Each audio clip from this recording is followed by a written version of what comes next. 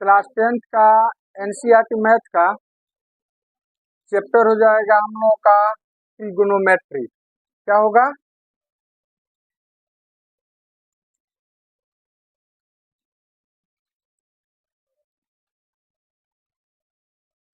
Trigonometry.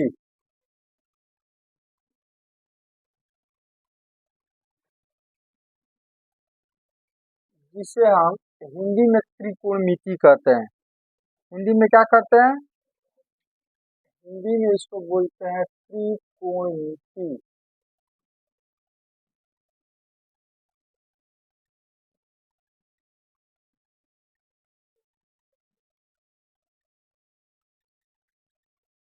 सबसे पहले इसमें हम देख लेते हैं माइंड में कि एक्चुअली इस चैप्टर में आप लोगों को क्या क्या चीज पढ़ना है। तो सबसे पहले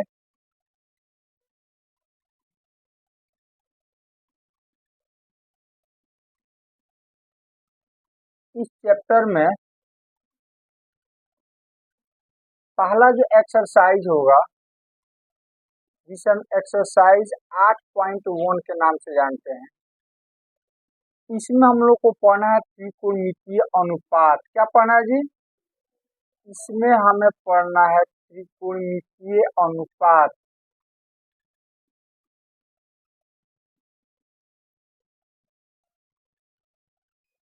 त्रिकोणमितीय अनुपात इंग्लिश में इसको बोला जाता है ट्रिगोनोमेट्रिक रेशियोज। ट्रिगोनोमेट्रिक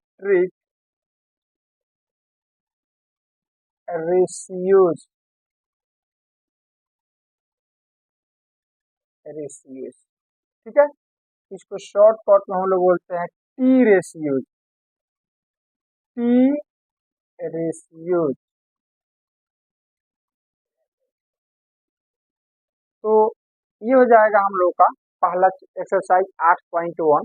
ट्रिग्नोमेट्री का पहला चैप्टर हमारा स्टार्ट होगा इसी से, पहला एक्सरसाइज। उसके बाद से दूसरा जो एक्सरसाइज होगा आपका,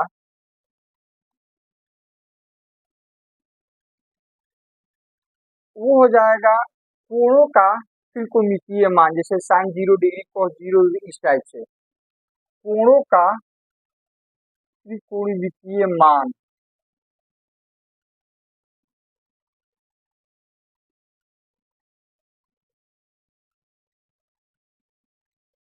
त्रिकोणमितीय मान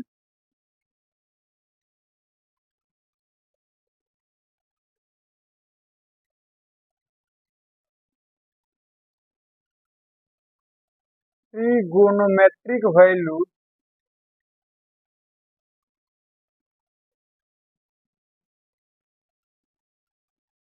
अनुपात बोले इसको, मान शब्द हटा दे। कोणों का त्रिकोणमितीय अनुपात।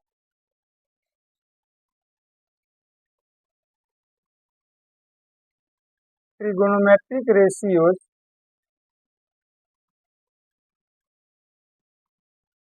Of angle angle. उसके बाद से नेक्स्ट हमारा हो जाएगा, ये हो जाएगा, ये मिलेगा हमें एक्सरसाइज 8.2 में। एक्सरसाइज 8.2 में उसके बाद से हम लोगों का पूरक कोणों का त्रिकोणमितीय अनुपात। पूरक कोणों का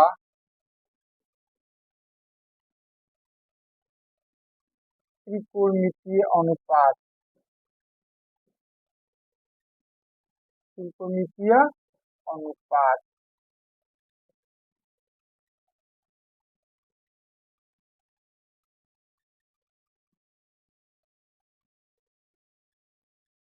पूरक कोण का क्या होता है? Complementary angle.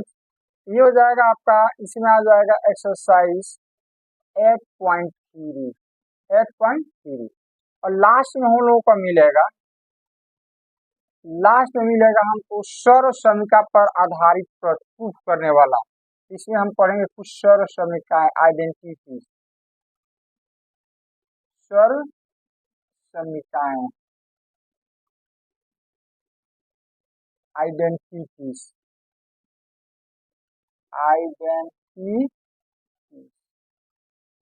ये हम लोगों को मिलेगा एक्सरसाइज 8.4। एक्सरसाइज 8.4 में ये चीज आपका मिलेगा। तो ट्रिगोनोमेट्री में चैप्टर 8 में हमें 4 एक्सरसाइज है। पहला जो है त्रिकोणमितीय अनुपात के आधार पर आधारित है, दूसरा कोणों का त्रिकोणमितीय अनुपात है, तीसरा हमारा हो जाएगा पूरक कोणों का त्रिकोणमितीय अनुपात और चौथा हो जाएगा स्वर समीकरण। और इन्हीं के आधार पर हमें 4 एक्सरसाइज को क्या करना है, पढ़ना है। एक अलग से एक्सरसाइज दिया हुआ है जो त्रिकोणमिति में ही आता है, त्रिकोणमिति का अनुप्रयोग, जिसको हम हाइट एंड डिस्टेंस के भी नाम से जानते हैं। त्रिकोणमिति का अनुप्रयोग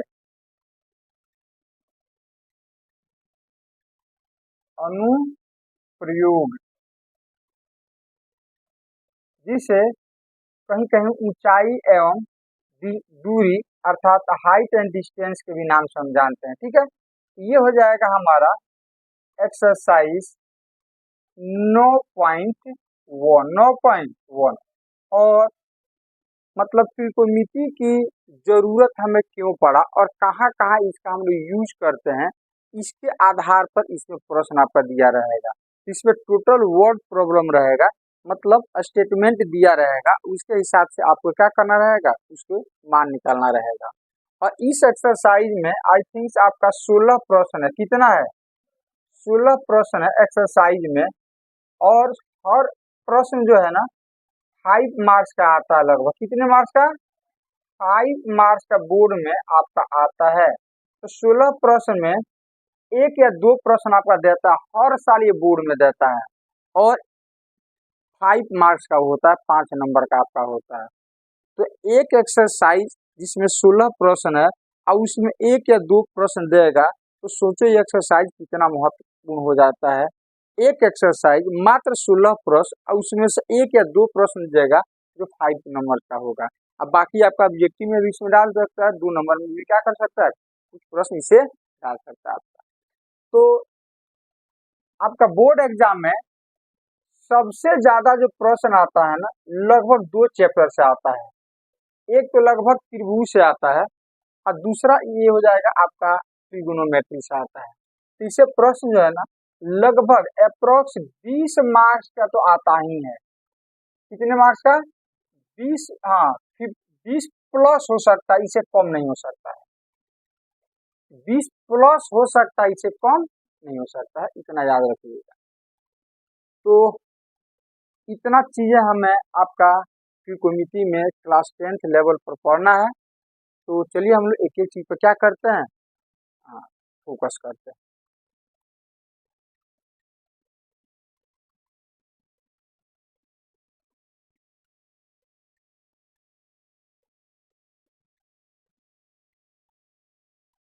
त्रिकोणमिति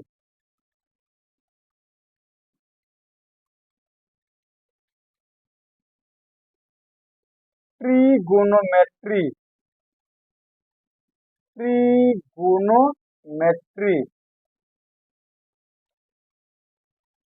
तो चलो इसका सबसे पहले हम लोग कुछ डिफिनीशन देखते हैं।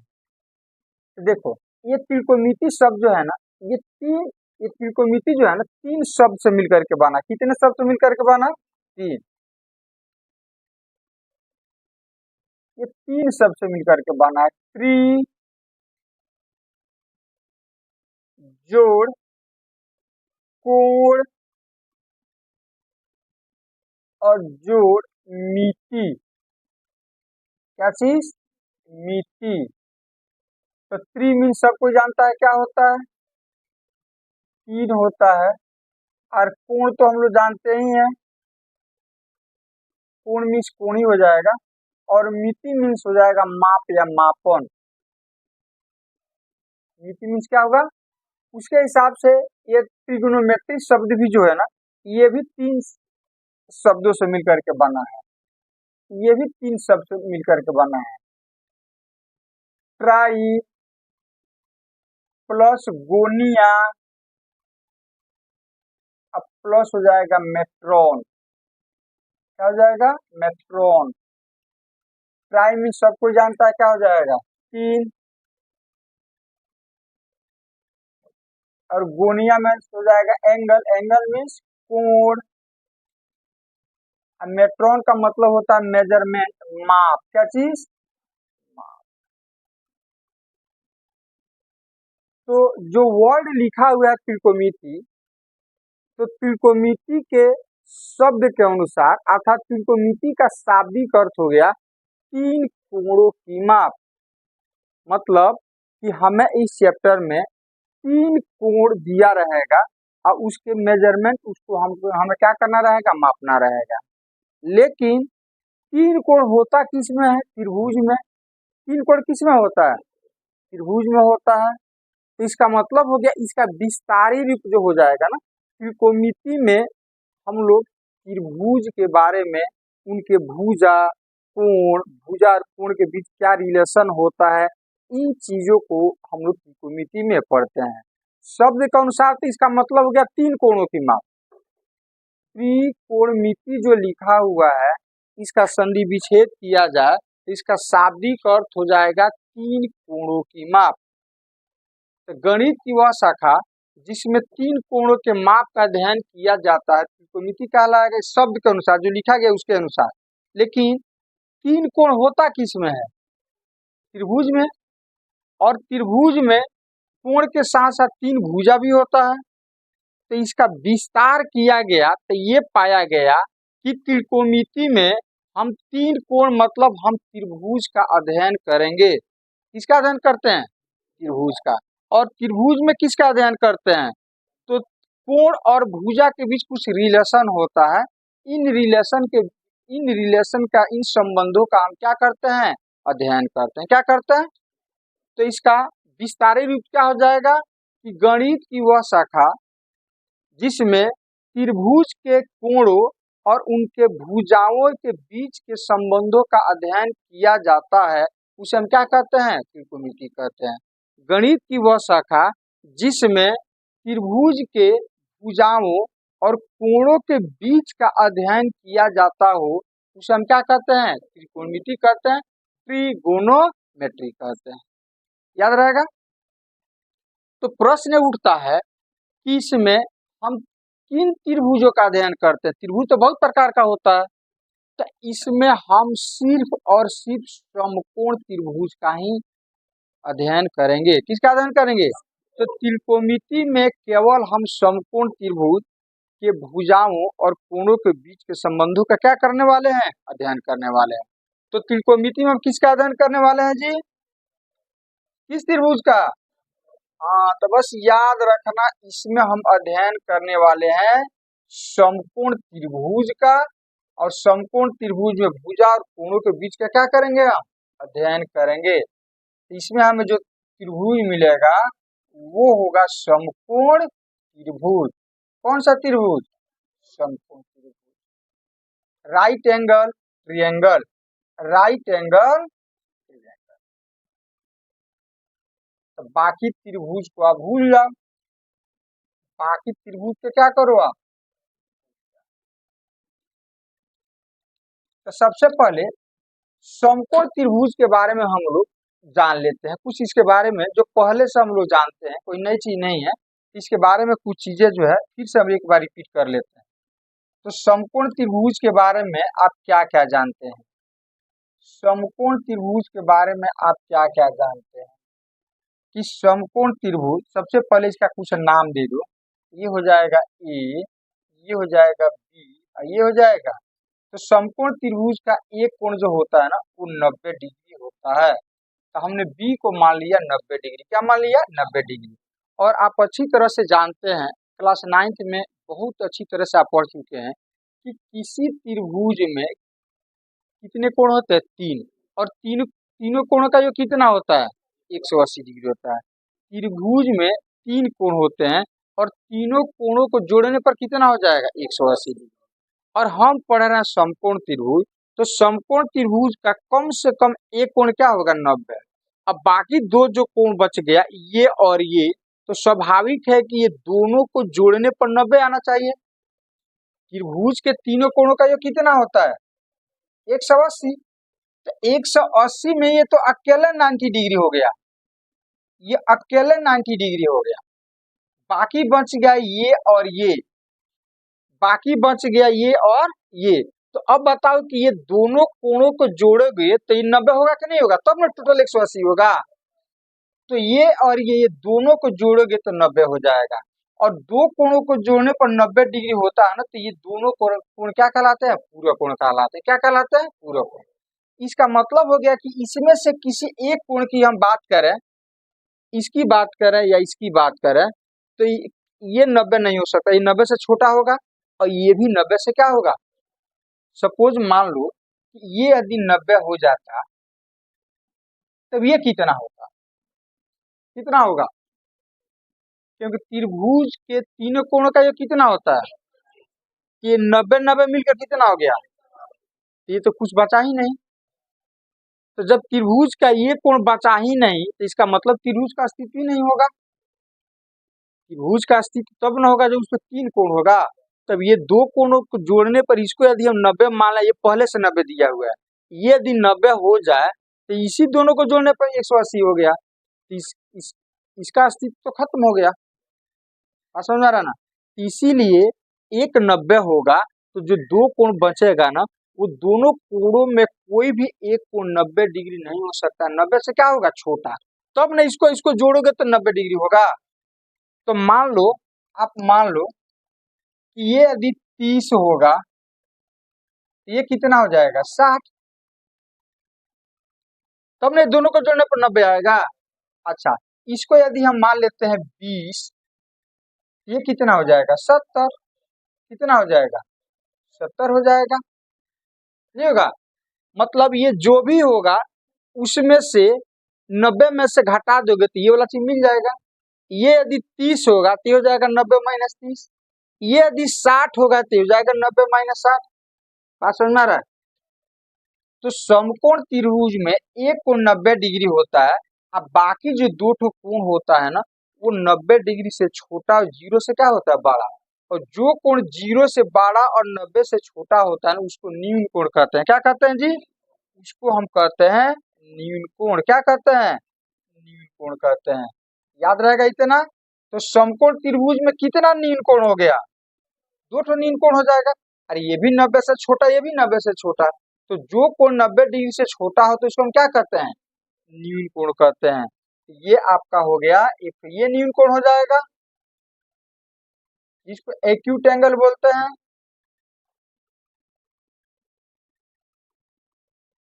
एक्यूट एंगल बोलते हैं। और एक ये भी क्या हो जाएगा, न्यून कोण होगा।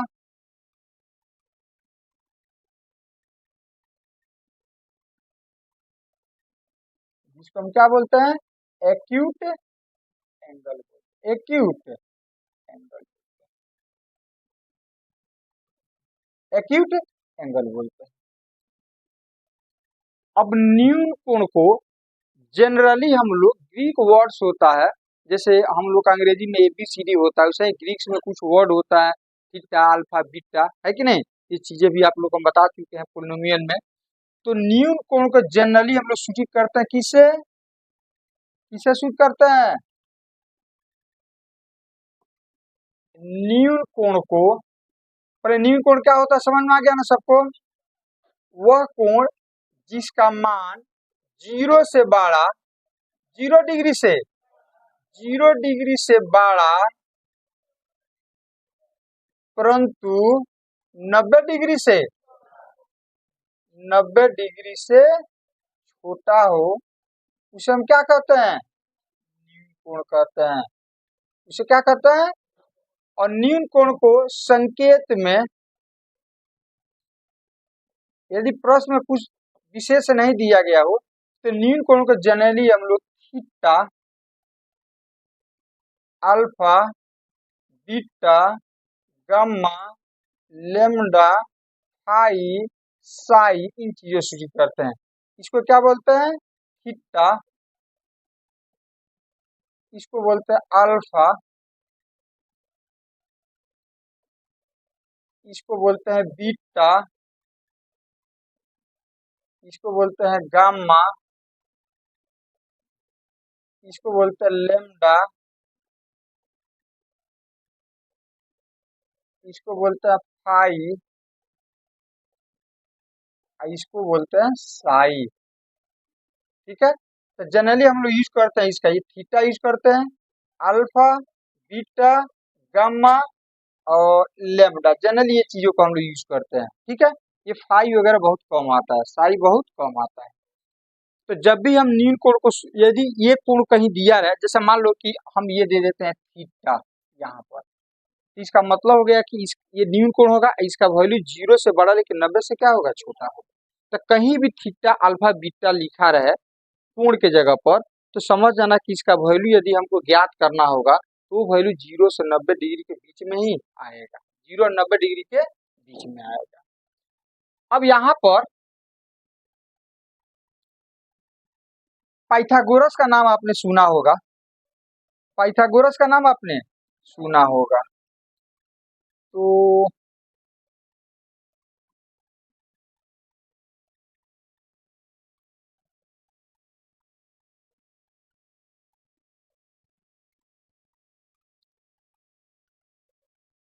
पाइथागोरस का नाम आपने सुना है?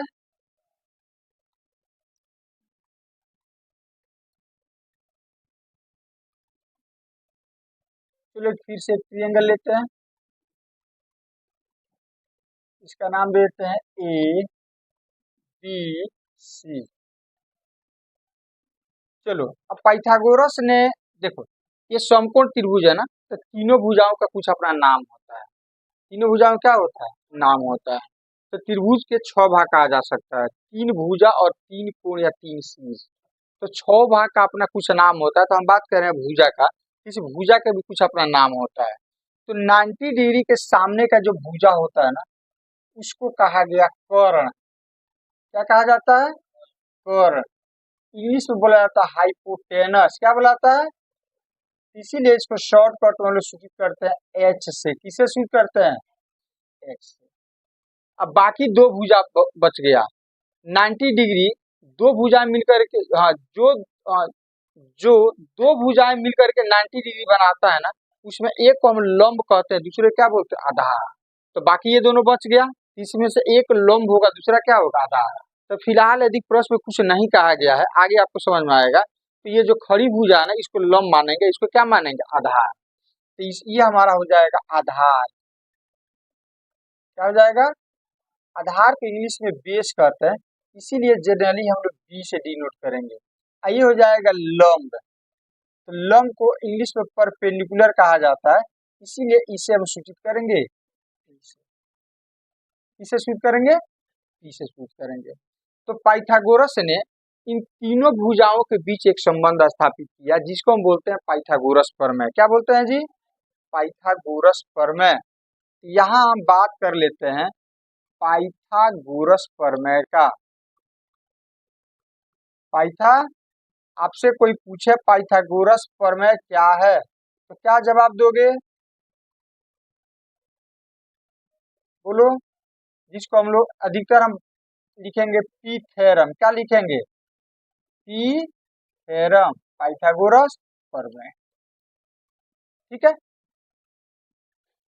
पाइथागोरस प्रमेय क्या चीज है, पाइथागोरस ने संपूर्ण त्रिभुज के 3 भुजाओं के बीच एक संबंध स्थापित किया, उसी संबंध को, उसी रिलेशन को हम बोलते हैं पाइथागोरस प्रमेय। पाइथागोरस ने संपूर्ण त्रिभुज में 3 भुजाओं के बीच एक संबंध को स्थापित किया, उसी संबंध को, रिलेशन को हम क्या बोलते हैं, पाइथागोरस प्रमेय बोलते हैं। तो क्या रिलेशन उसने बताया, पाइथागोरस ने ये प्रूफ किया कि समकोण त्रिभुज में जो कर्ण होता है ना, उसका स्क्वायर बाकी दो भुजा के स्क्वायर के योग के क्या होता है, बराबर होता है। मतलब कर्ण का स्क्वायर बराबर लंब स्क्वायर प्लस आधार स्क्वायर होता है। यही है हमारा पाइथागोरस प्रमेय। तो कर्ण स्क्वायर बराबर होता है लंब स्क्वायर प्लस आधार स्क्वायर, आधार स्क्वायर।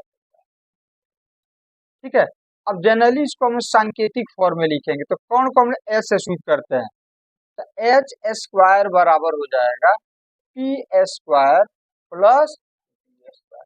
चलिए यहाँ पे लिख देते हैं, एच का मतलब हो जाएगा कर्ल, इंग्लिश में बोलता है हाइपोटेनस, क्या बोलते हैं,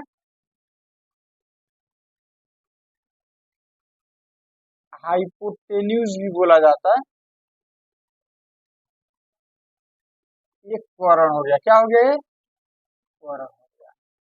उसी तरह से पी, पी को किसका संकेत होगा, परपेंडिकुलर का, पी मीन्स परपेंडिकुलर, परपेंडिकुलर का मतलब क्या हो जाएगा, लंब, और बी का मतलब हो जाएगा बेस, हिंदी में क्या बोलते हैं इसको। तो अब हम जब भी लिखेंगे तो कर्ण के जगह पर हम एच लिखेंगे, लंब के जगह पर पी लिखेंगे, आधार के जगह पर बी लिखेंगे। तो ये चीजें अब आपको फ्रीक्वेंटली आपको अब याद रहना चाहिए, ठीक है, ये चीजें आपको एकदम परफेक्ट याद रहना चाहिए।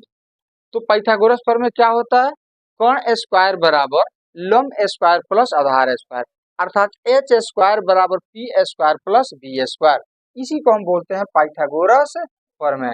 अब इसी से कुछ रिलेशन आप चाहें तो निकाल सकते हैं, इसी से कुछ रिलेशन आप निकाल सकते हैं, जैसे स्क्वायर हो जाएगा तो रूट हो जाएगा, स्क्वायर इधर नहीं रहेगा तो इधर क्या हो जाएगा, जैसे इसी को हम ऐसे भी लिख सकते हैं, एच बराबर root under P square plus, अब हमें पी निकालना है, क्या निकालना है, तो पी स्क्वायर बराबर, तो प्लस बी स्क्वायर इधर अगर क्या हो जाएगा, ये हो जाएगा H square minus B square, तो ये भी इधर स्क्वायर है तो इधर रूट नहीं रहेगा, और यही स्क्वायर इधर जाएगा तो क्या हो जाएगा, रूट हो जाएगा। तो उसी, तो इसको भी हम पाइथागोरस फॉर्म में बोलते हैं।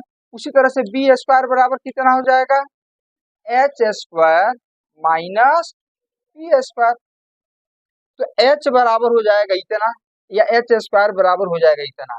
अब इसी के आधार पर हम पी और बी क्या कर सकते हैं, निकाल सकते हैं। तो पी स्क्वायर बराबर क्या हो जाएगा, एच स्क्वायर माइनस, और बी स्क्वायर बराबर एच स्क्वायर माइनस, याद रहेगा इतना। इसी को हम ऐसे भी लिख सकते हैं कि P बराबर हो जाएगा root under H square minus B square. अच्छा, उसी तरह से B बराबर हो जाएगा आपका, स्क्वायर जो चला गया तो रूट हो जाएगा, तो H square minus B square. तो ये हो गया आपका पाइथागोरस, इसको भी पाइथागोरस फॉर्म में बोलते हैं, इसको भी बोलते हैं, और इसको भी, ये हो गया हमारा पाइथागोरस फॉर्म में। ये कहाँ पर लागू होगा, समकोण त्रिभुज में, कहाँ पर लागू होगा, समकोण त्रिभुज। तो चलिए अब हम थोड़ा सा बात कर लेते हैं कि आखिर त्रिकोणमिति की आवश्यकता क्यों पड़ा, क्या जरूरत पड़ा, किसी चीज की आवश्यकता पड़ता है ना तो उसका आविष्कार होता है, नहीं, तो हम बात कर लेते हैं कि त्रिकोणमिति की जरूरत हमें क्यों पड़ा। चलो, अब कल्पना करो तुम जाते हो घूमने के लिए, और सपोज मान लो तुम यहाँ पर खड़े हो, यहाँ पर जो है ना आप खड़े हो, यहाँ पर है जो है ना आप खड़े, यहाँ पर आप खड़े हो, ये सपोज मान लो कि आप खड़े हो यहाँ पर, और यहाँ से आप इस पहाड़ को, चोटी को देख रहे हो, और ये जानने की कोशिश कर रहे हो कि अरे ये पहाड़ की ऊंचाई कितना होगा, ऊंचाई कैसे मापोगे। दो, इसका एक तरीका तो दिख रहा है कि हम पहाड़ पर चढ़ जाए, चढ़ते चढ़ते चढ़ते चढ़ते चढ़ते चढ़ते चढ़ते चढ़ते चढ़ जाए, और चढ़ने के बाद से यहाँ से हम सीधे, यदि पॉसिबल है तो सीधे हम क्या करेंगे कि एक धागा, मतलब कोई धागा, मान लो कि धागा वगैरह लटकाएंगे, और वो धागा यहाँ तक आ जाए, तो इस धागा को माप लेंगे, हम बता देंगे कि ऊंचाई इतनी है, तो पॉसिबल है नहीं भाई। जब पहाड़ छोटा रहेगा तो चढ़ जाओगे, तो चढ़ जाओगे तो गारंटी है कि पहाड़ लटकाओगे तो सीधे ऐसे आएगा, पहाड़ तो ऐसे जिग जैग होता है ना, ऐसे ऐसे, तो लटकाओगे तो ऐसा ना जाएगा। ऊंचाई का मतलब सीधे ऐसे खड़ा की बात हो रही है सर में। अब पहाड़ बहुत ऊंचा हो तो वहां पर चढ़ना, मान लो माउंट एवरेस्ट पे चढ़ना आसान है, चढ़ भी गए किसी तरह से, तो क्या वहां से धागा लटका करके उसका हाइट को मापना संभव है, नहीं। अच्छा, ये हो गया आपका, मान लो कि आप जो देख रहे हो क्या हो गया, ये ताजमहल। अब ताजमहल की ऊंचाई हमको मापना है।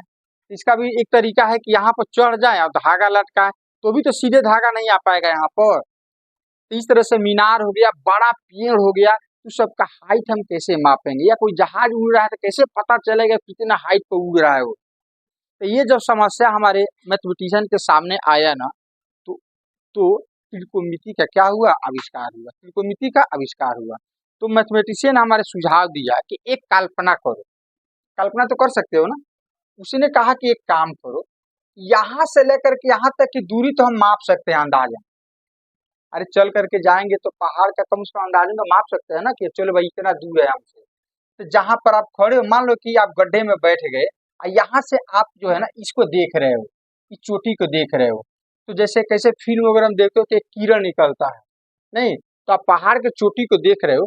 तो सपोज मान लो कि यहाँ से किरण निकली, आंख से रे निकला, और ये रे जो है ना आपका, ये रे जो है ना ये यहाँ पर आ गया, और कल्पना करके हम यहाँ से एक लंब डाल देते हैं। इसके आधार पर क्या करते हैं, लंब डाल देते हैं, और यहाँ से इसको हम क्या करते हैं, मिला देते हैं।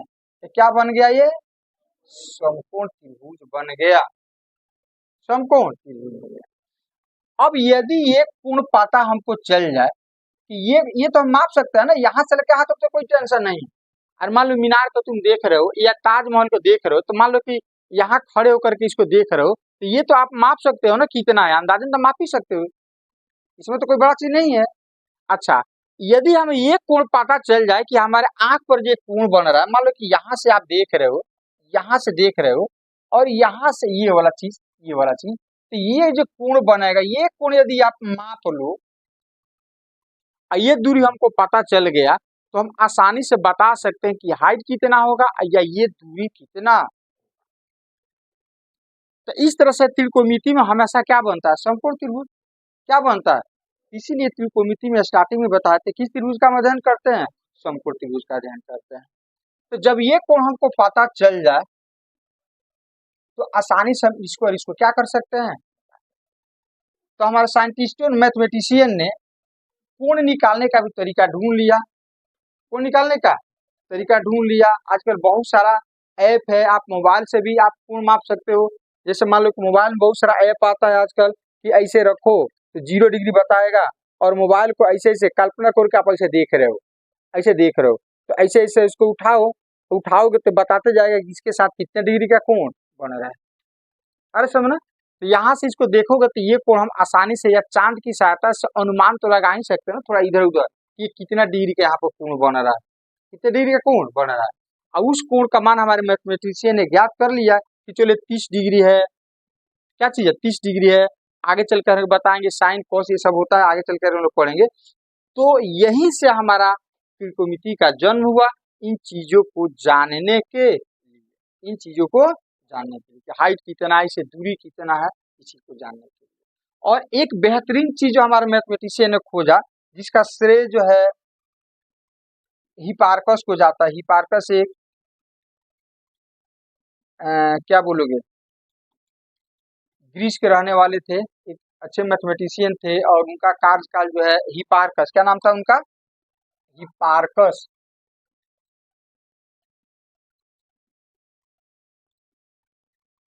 ग्रीस मैथमेटिशियन थे, और इनका जन्म काल ईसा से लगभग 150 ईस्वी पूर्व माना जाता है।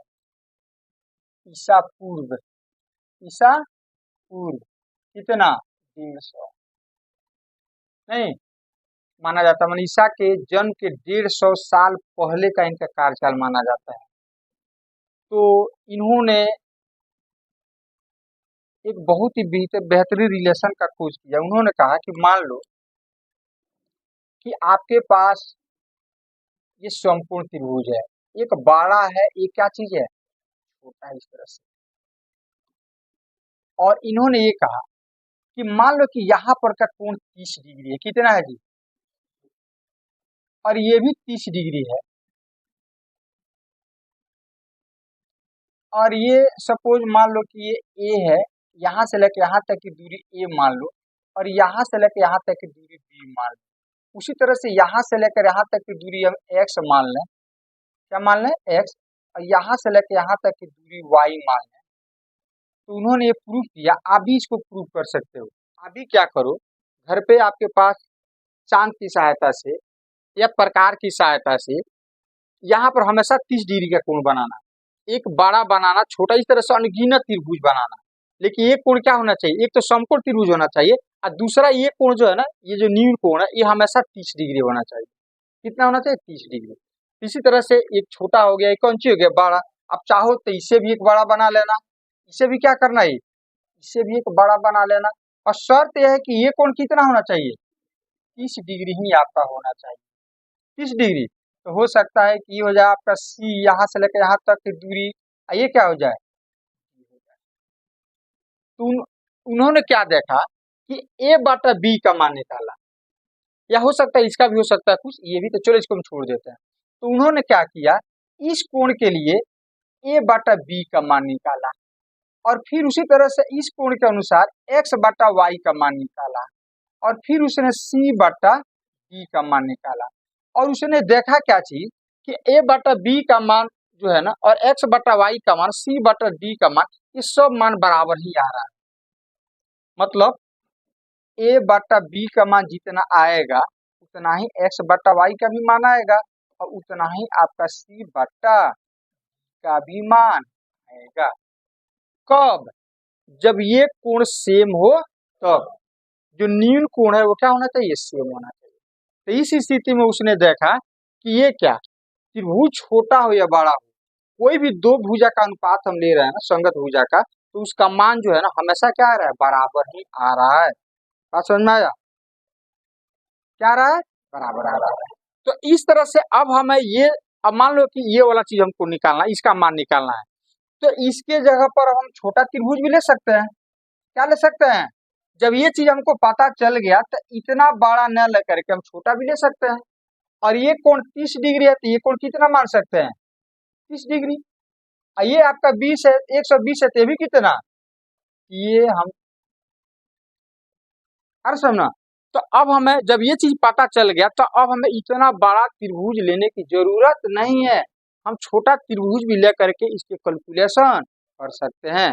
क्योंकि प्रत्येक स्थिति में कोण सेम रहने पर दो भुजा का अनुपात हमेशा क्या आएगा, तो जो इतना बटा इतना का मान आएगा वही इतना बटा इतना का मान आएगा, इतना बटा।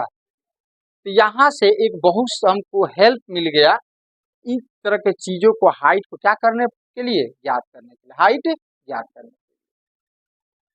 बात समझ में आया, ये चीज आप घर पे करके देखना, इस तरह से भिन्न भिन्न त्रिभुज लेना। शर्त यही है कि कोण क्या होना चाहिए, सेम होना चाहिए। और इस तरह से इतना बटा इतना का मान, ये स्केल से माप लेना, ये कितना दूरी है, कितना दूरी है, इतना बटा इतना का मान निकालना, फिर स्केल पर ये और ये माप लेना, फिर इतना बटा इतना का मान निकालना, फिर स्केल से देख लेना ये कितना मान निकालना, और देखना कि अप्रोक्स लगभग लगभग एक्यूरेट, लगभग लगभग मान क्या आएगा, सेम ही आएगा, सेम आएगा। अब यहाँ से क्या फायदा हो गया आपको, कि अब हमें इतना बड़ा त्रिभुज बनाने की जरूरत नहीं है, अब हम एक छोटा त्रिभुज बना करके भी इसका कैलकुलेशन हम कर सकते हैं, कैलकुलेशन कर सकते हैं। एक बेहतरीन रिजल्ट मिल गया हमको, क्या मिल गया, बेहतरीन। अब यहाँ पे हिपार्कस का एक बहुत, अब तो ये समझ में आ गया कि त्रिकोणमिति में हम सिर्फ समकोण त्रिभुज का अध्ययन करते हैं। अब यहाँ पर हिपार्कस क्या करते हैं कि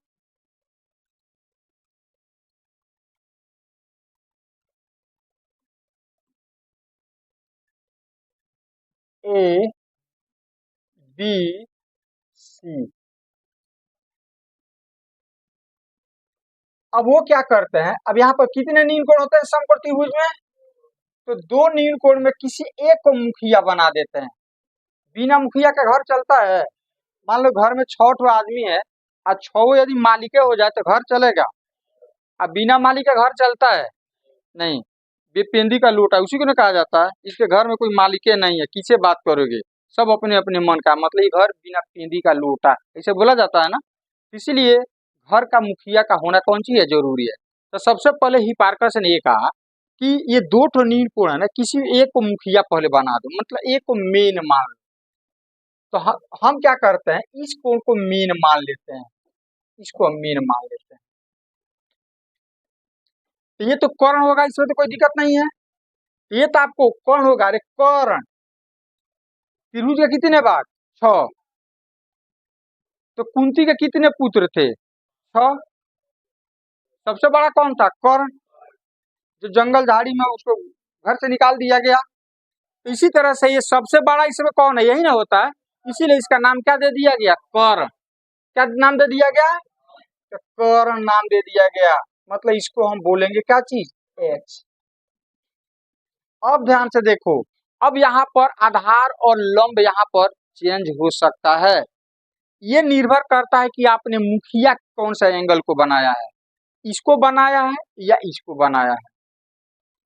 जैसे मुखिया हमने इस नील कोण को बना दिया, तो ये मुखिया किस भुजा पर आसन लगाया है? बीसी पर। ये तो कर्ण हो गया, इसको छोड़ो, तो जंगल झाड़ी में रहता था, इसकी तो बातें हटा दो। तो मुखिया की हम बात करें तो देखो मुखिया यहाँ पर है, तो किस भुजा पर आसन, किस भुजा पर बैठा हुआ है? बीसी पर। तो जिस भुजा पर मुखिया आसन लगाया रहता है उसको बोला जाता है आसन भुजा। कौन सा भुजा? ये हो जाएगा बीसी, क्या हो जाएगा? आसन भुजा। बात समझ में आया? आसन भुजा। और अ से आसन और अ से आधार, इसीलिए इसको हम बोलेंगे आधार। आधार तो याद रहेगा ना। और आधार को हम कैसे क्या लिखते हैं? तो जब ये आधार होगा तो लंब हो जाएगा, तो ये हो जाएगा हमारा पी। अब हमेशा हम पी बी एच ही लिखेंगे, ये आधार वगैरह नहीं लिखेंगे। आधार के जगह पर हम सब बी लिखेंगे और लंब के जगह पर क्या लिखेंगे? पी। अच्छा, अब यदि इसको हम मुखिया बना दे, ध्यान से देखो, अब ये समकोण त्रिभुज हो गया। अब हम मुखिया बना देते हैं इस नील कोण को, इसको हम मुखिया बना देते हैं। अब बोलो आधार कौन होगा? मुखिया इस भुजा पर आसन लगाया है। अब ये आधार हो जाएगा, अब ये आपका बी होगा, तो ये पी हो जाएगा। ये तो एच होगा, ये थोड़ा ना बदलेगा, ये तो कभी नहीं बदलेगा। तो अब आपको समझ में आ गया कि ये लंब और आधार भी बदल सकता है। ये निर्भर करता है कि कौन सा नील कोण को आपने मुख्य मान करके चला है, मतलब मुखिया बना करके चला है, इस पे निर्भर करता है। यदि मुखिया इसको बनाओगे तो आधार होगा, तो क्या हो जाएगा? यदि मुखिया इसको बना दोगे तो आधार ये क्या हो जाएगा? अब हिपार्कस ने इस मुखिया के अनुसार दो दो भुजाओं का अनुपात निकाला। कितने भुजा का? तो दो दो भुजा का अनुपात निकाला। वो अनुपात आप भी निकाल सकते हो। चलो दो दो भुजा का अनुपात निकालते हैं। तो पहला अनुपात हम ले रहे हैं ए बी और ए सी का। ये हो गया ए बी बटा ए सी, दो दो भुजा का अनुपात। अच्छा, अब दूसरा हम ले लेते हैं बीसी और एसी का, तो बीसी बटा एसी। अच्छा, तीसरा अनुपात ए बी और बीसी का हम ले रहे हैं, ए बी बटा, अब इसी का उल्टा कर दो, एसी बटा ए बी। बोलो, एक ही चीज होगा कि अलग अलग होगा? इसका उल्टा कर दो, एसी बटा, ये हो जाएगा बीसी बटा। अच्छा, मुखिया हमने किसको बनाया है? इसके, ये वाला को, इसको मुखिया मान करके चल रहा है। तो इसके हिसाब से ए बी क्या होगा? पी। ये करो ना, ये भी लंब होगा, ये भी क्या होगा आपका? हाँ, तो ए बी हो तो इसको लिखेंगे, ये हो जाएगा पी। ये क्या हो जाएगा? एच। ये क्या होगा? बी। ये क्या होगा? एच। ये भी क्या होगा? पी। ये क्या होगा? अब इसी का उल्टा है ना, इसी का उल्टा ये वाला है, तो हो जाएगा एच बाई पी। ये हो जाएगा एच बाई बी। ये हो जाएगा बी बाई।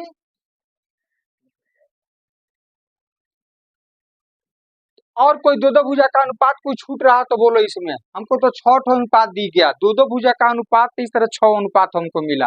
आप बताओ कोई ऐसा चीज जो छूट रहा हो इसमें, जो हम नहीं लिखे हो? जल्दी से बोलो देख करके। दो दो भुजा का अनुपात आपको लिखना है, यहाँ से देख करके इस डायग्राम से। तो हमने 6 अनुपात ले लिया दो दो भुजा का।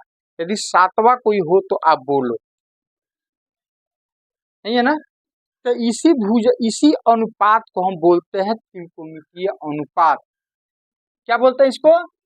तो इसी को हम बोलते हैं त्रिकोणमितीय अनुपात। क्या बोलते हैं? त्रिकोणमितीय अनुपात बोलते हैं।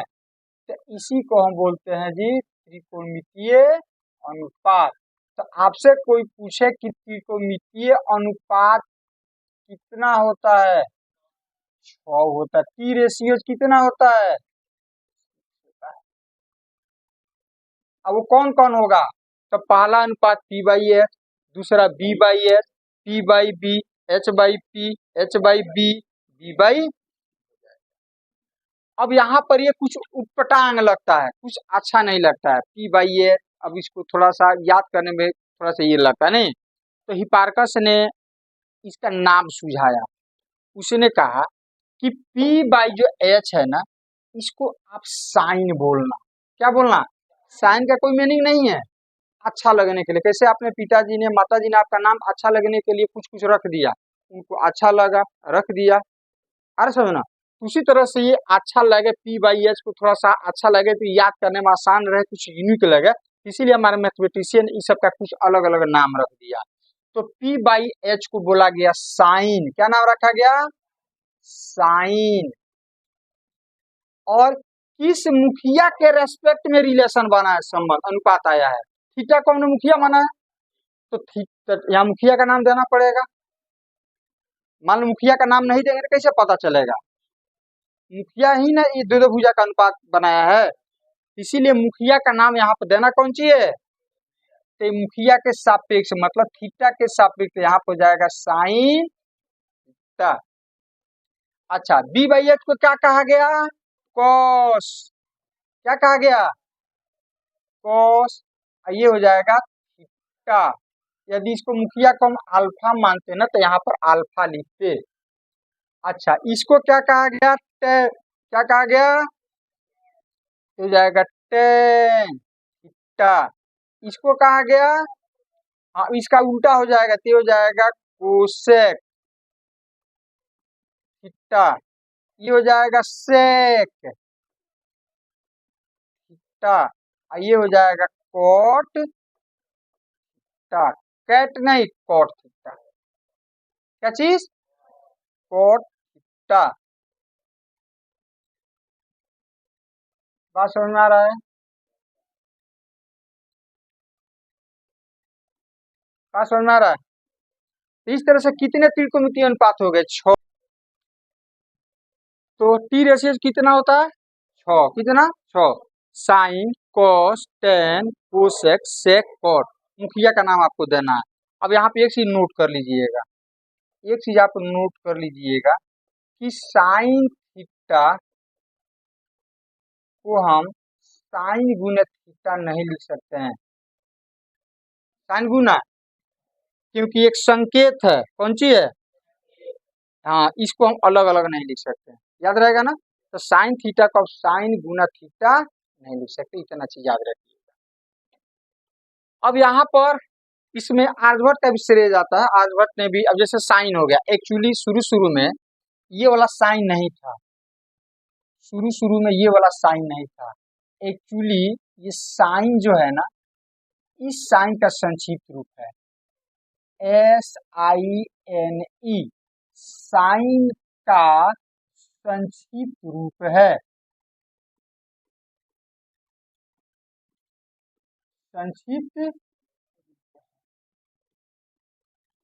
अरे समझना, शुरू शुरू में ये साइन लिखा गया।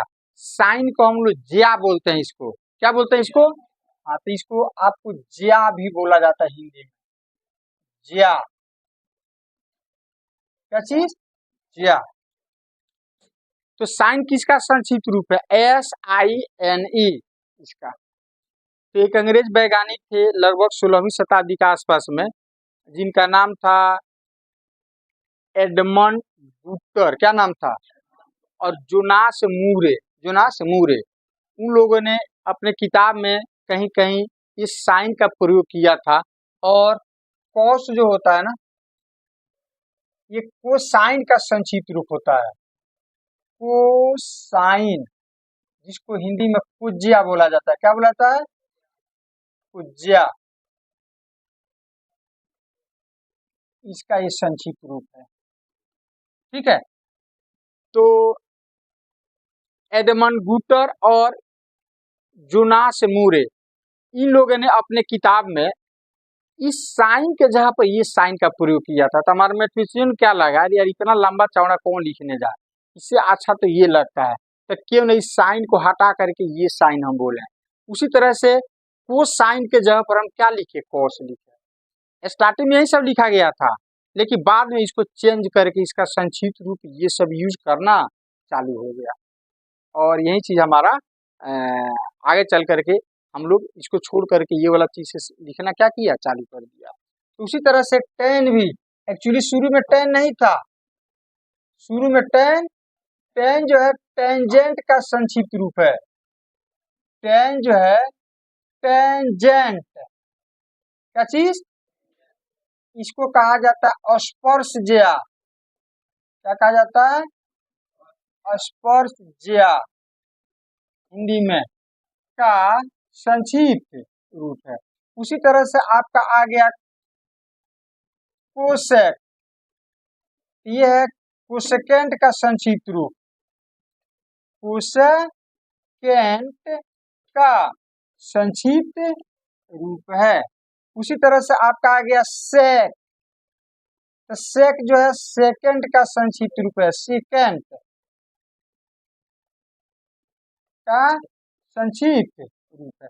उसी तरह से कॉट, कॉट किसका संक्षिप्त रूप है, कोटेंजेंट, कोटेंजेंट का संक्षिप्त रूप है, संक्षिप्त रूप है। तो साइन किसका संक्षिप्त रूप है, साइन SINE का। कॉस किसका संक्षिप्त रूप है, कोसाइन का। टेन किसका संक्षिप्त रूप है, टेंजेंट का। कोसेक किसका संक्षिप्त रूप है, कोसेकेंट का। सेक किसका संक्षिप्त रूप है, सेकेंड का। और कॉट किसका संक्षिप्त रूप है, कोटेंजेंट का। तो शुरू में ये सब यूज किया गया, उसके हिसाब से ये वाला चीज यूज किया गया जो आज भी हम यूज करते हैं। इस तरह से त्रिकोणमितीय अनुपात कितने होते हैं, 6, sine cos tan cosec sec cot.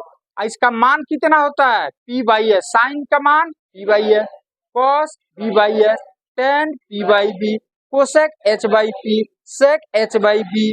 तो ये चीज हाँ, ये चीजें आपको एकदम कंठस्थ याद रखना है। ऐसा नहीं कि अब हम जब प्रश्न आए तब याद करना चालू कीजिए। तो ये देखो, ये 3 याद हो गया ना, तो बाकी ये 3 तो ऐसे ही याद हो जाएगा। अरे इसका उल्टा ये वाला है, इसका उल्टा ये वाला है, इसका उल्टा ये वाला है, और इसका उल्टा ये वाला है। ये 3 याद हो गया, तो बाकी 3 क्या हो जाएगा, याद। और इसी के आधार पर हम लोगों का जो एक्सरसाइज है वो 8.1 निर्भर है। अब यहाँ से कुछ रिलेशन होता है जिसकी जरूरत आप लोग इसमें पड़ सकता है।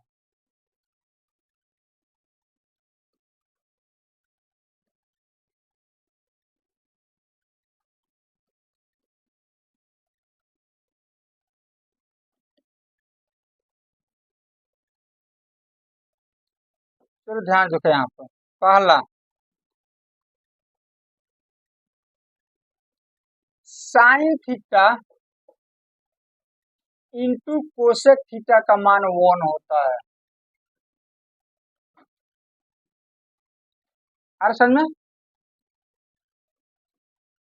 अच्छा अब इसके हिसाब से बोलो क्या हो सकता है, कोसेक उधर जाएगा तो भाग हो जाएगा, तो साइन थीटा बराबर जरूरत पड़ेगा तो 1/कोसेक थीटा लिख सकते हैं, या कोसेक थीटा बराबर जरूरत पड़ेगा तो हम 1/साइन थीटा लिख सकते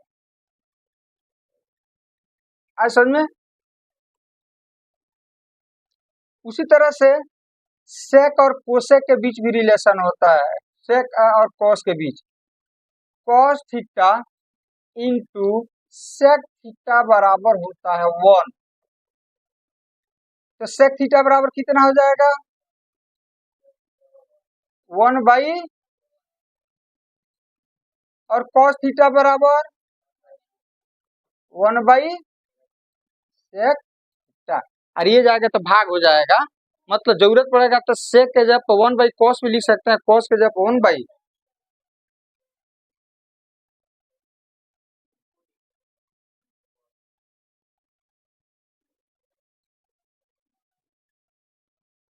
कहाँ? ये COS नहीं है, कॉस।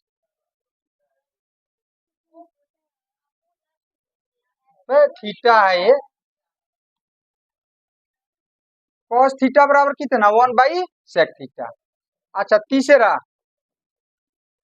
तीसरा टेन थीटा गुने कॉस थीटा इक्वल टू, तो टेन कितना हो जाएगा?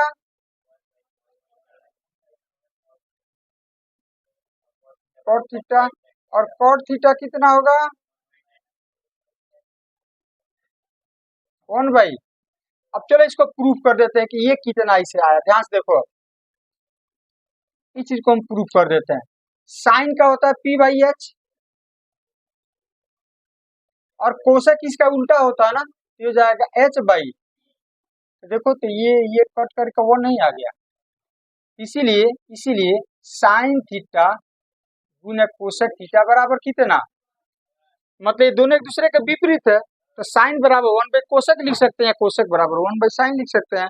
उसी तरह से देखो यहाँ पर ये वाला, तो कॉस का कितना होता है? B/H, और सेक का कितना? H/B। ये भी तो देखो कट छट करके कितना आ जाएगा, इसीलिए इसके जगह पर क्या लिखा गया? 1। इसके जगह पर 1।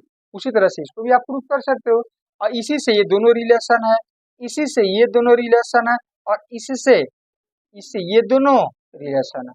अब एक और रिलेशन होता है कि टेन थीटा बराबर हम लिख सकते हैं साइन थीटा बटा कॉस थीटा, इतना होता है। कैसे होगा? तो चलो इसको हम लेकर चलते हैं, साइन थीटा बटा कॉस थीटा को। साइन थीटा बटा कॉस थीटा, तो साइन का होता है P/H, इसका होता है B/H, तो हर सर क्या हो जाएगा? तो बराबर P/B, और P/B 10 होता है। कितना होता है? मतलब साइन थीटा बटा कॉस थीटा का मान भी P/B, और टेन थीटा का मान भी P/B। तो हम कह सकते हैं कि साइन थीटा बटा कॉस थीटा और टेन थीटा एक ही चीज है। इसीलिए जरूरत पड़ेगा तो टेन थीटा के जगह पर साइन थीटा बटा कॉस थीटा लिख सकते हैं, या साइन थीटा बटा कॉस थीटा की जगह पर इसी तरह से कॉट हो जाएगा। कॉट तो इसका उल्टा होता है ना, तो हो जाएगा कॉस थीटा बटा साइन थीटा। इतना रिलेशन जो है ना, फिलहाल एक्सरसाइज 8.1 के लिए आपको याद रखना है। इसमें दो चीज आपको याद रखना है, एक पाइथागोरस प्रमेय और एक त्रिकोणमितीय अनुपात। दो चीजें आपको एकदम कंठस्थ याद होना चाहिए, नहीं याद रहेगा तो फिर आगे प्रश्न आपका नहीं बनेगा।